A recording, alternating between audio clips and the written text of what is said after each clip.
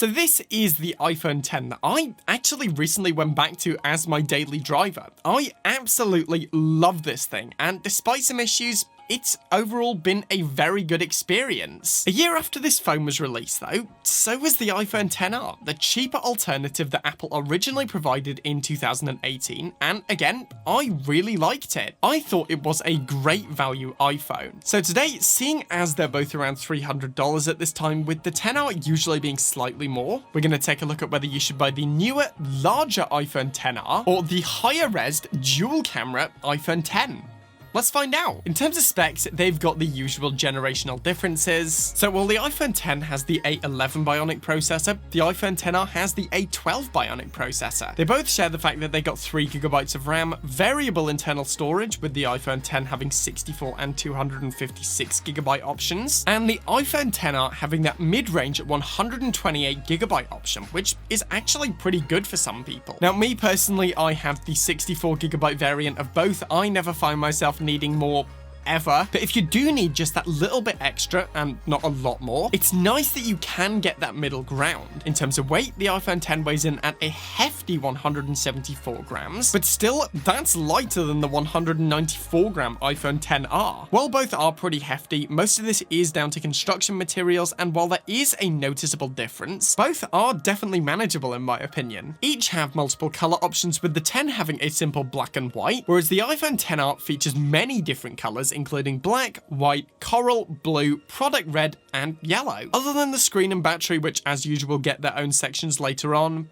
that's pretty much it. In terms of a winner here, to be honest, they're both pretty similar, but due to the newer processor, I'm going to give this one to the XR. Next up, we have the build quality, and they're mostly the same, but with a few key differences. Both feature a glass and metal construction, which is always good to see, although the iPhone XR uses 7000 series aluminium on the bezel, whereas the iPhone X uses steel. Honestly, the steel does feel a little bit more premium, however, the buttons on the aluminium frame iPhones do generally feel a little bit more tactile in my experience, but both are nice, and this is more down to personal preference than anything. As I said, both do feature a glass back, which does make them significantly more breakable, so I'd always recommend a case just to be safe, but if you're careful, then this should be fine, and it does make the phones look and feel incredible. Both also feature an IP67 water resistance rating, meaning it can survive for up to 30 minutes in up to a meter of water. I have personally had to use this before, and while I don't recommend relying on it, it is certainly a good failsafe if you accidentally get your phone wet. All in all though, both phones are built pretty similar. Nice and premium, but because of the back, you probably should be careful. Moving on, we have the screen. Now here you have a choice of either bigger or higher resolution. In terms of the screen size, the iPhone X is 5.8 inches, whereas the iPhone XR is 6.1 inches, and this does feel significantly bigger in my hand. In terms of resolution, however, the iPhone X features a resolution of 2436 by 1125. It's an OLED display with a PPI of 458 and a typical peak brightness of 625 nits. Compared to this, the iPhone XR has an LCD panel with a resolution of 1792 by 828 with a PPI of 326 and a typical peak brightness of, again, 625 nits. So it's quite clear that just from the spec sheet alone, there is a difference. That said, in terms of real-world usage, I'd say the biggest difference comes down to the color and contrast from the OLED display on the iPhone X. Blacks look richer and the whole display just looks more contrasty, whereas the lack of resolution wasn't particularly noticeable at the distance I usually use my phone. I personally love a 5.8-inch phone screen, but again, this is all totally preference. Both phones feature True Tone as well as a secondary interaction, and I've talked about this before, but again, in my opinion, the pressure-sensitive 3D touch will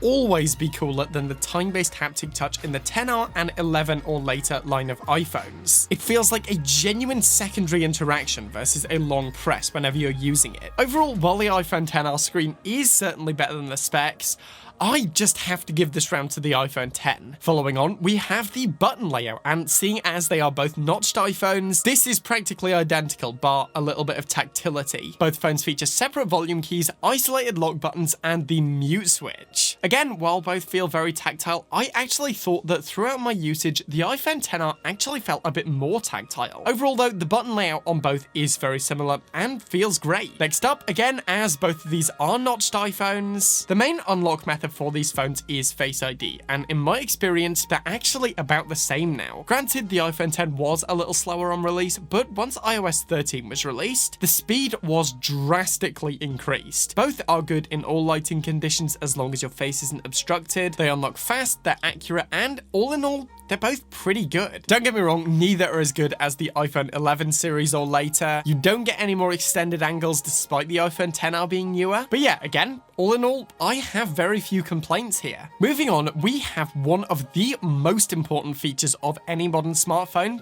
the camera, and here there are some pretty big differences. In terms of raw specs, the iPhone XR has a single 12 megapixel camera system at an aperture of f1.8. It also has a 7 megapixel front-facing camera with an aperture of f2.2. The iPhone X, however, has a dual camera system, one 12 megapixel f1.8 main camera similar to that on the iPhone XR, but an additional telephoto camera with a 2x zoom, which has an aperture of f2.4. It also has a very similar 7 megapixel front-facing camera with an aperture of f2.2, which is nice to see. So it's quite clear from the specs that there are some key differences. But what does this mean for performance? In terms of photography, it all really comes down to two things. Do you need the full portrait mode, and do you need two cameras? If not, the iPhone XR is basically better in every way. It seems to have better saturation with some significantly better dynamic range, and while I was using this thing, I managed to get some really nice looking photos that I was actually quite impressed with. That said, the second focal point with the 2x lens is one of my favorite things about the iPhone X and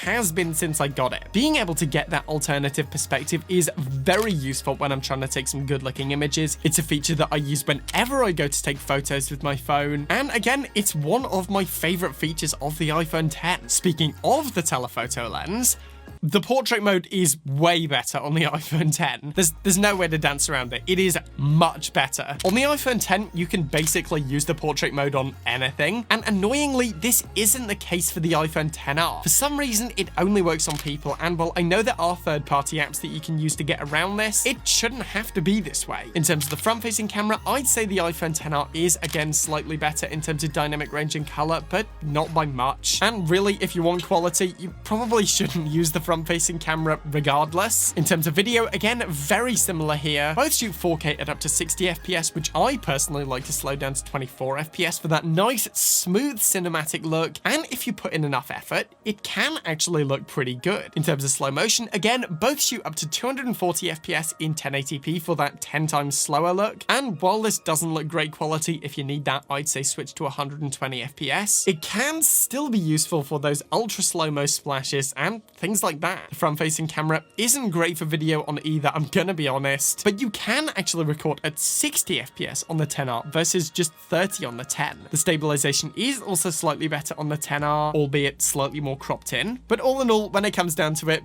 not really a huge difference. Again, very similar here on the video side of things, just with that added focal length. So, who won this category? Now, this is definitely a personal preference. As I said, I do prefer having those two focal lengths, but this is subjective, and maybe you need that better dynamic range and don't really care about the tele lens.